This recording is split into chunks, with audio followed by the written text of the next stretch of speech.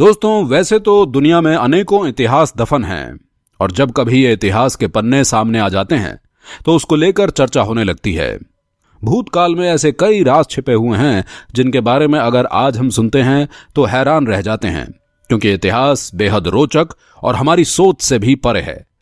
आपने इतिहास में रही रानियों और राजकुमारियों के बारे में तो पढ़ा या सुना ही होगा, लेकिन क्या आपको पता है कि दुनिया के इतिहास में सबसे खूबसूरत रानी कौन सी थी?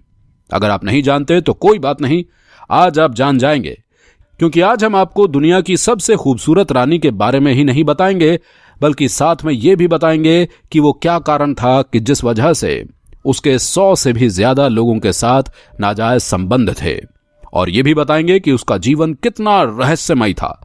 तो चलिए दोस्तों, शुरू करते हैं ये वीडियो। दोस्तों, दुनिया की सबसे खूबसूरत रानी कोई और नहीं बल्कि क्लियोपेट्रा थी, जो मिस्र की राजकुमारी थी। वो इतनी खूबसूरत थी कि उसको सुंदरता की देवी कहा जाता था।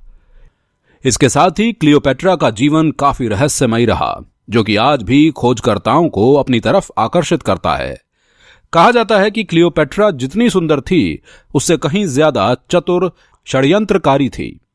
अपने पिता की मौत के बाद मात्र 14 साल की उम्र में क्लियोपेट्रा और उसके भाई को संयुक्त रूप से राज्य पर शासन करने का मौका मिल गया था।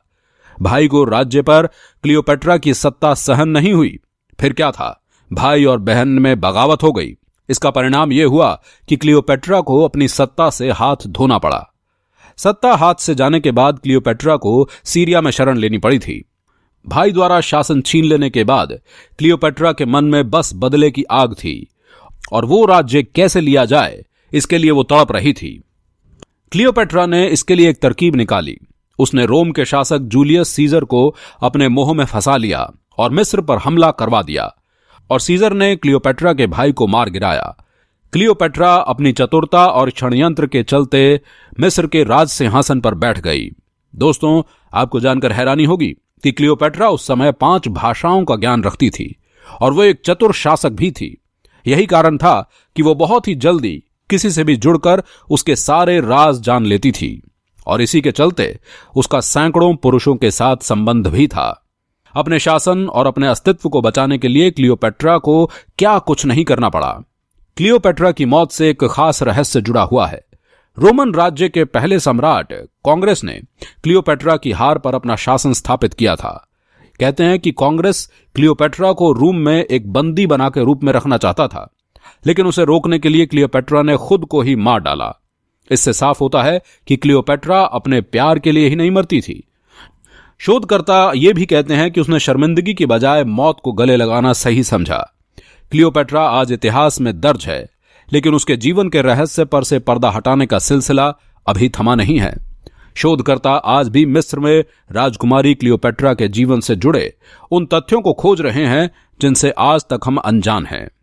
तो दोस्तों, क्लियोपेट्रा की कहानी आपको कैसी लगी हमें कमेंट बॉक्स में लिखकर जरूर बताइएगा, और अगर ये वीडियो आपको अच्छी लगी हो तो इस वीडियो को लाइक करें, अपने दोस्तों के साथ शेयर करें, और अगर आप चैनल को सब्सक्राइब करके बगल वाले बेल आइकन को जरूर दबाएं ताकि आने वाली वीडियोस का नोटिफिकेशन आपको सबसे पहले मिले। तो दोस्तों, मिलते हैं अगले वीडियो में बहुत जल्द। जय हिंद, जय भारत।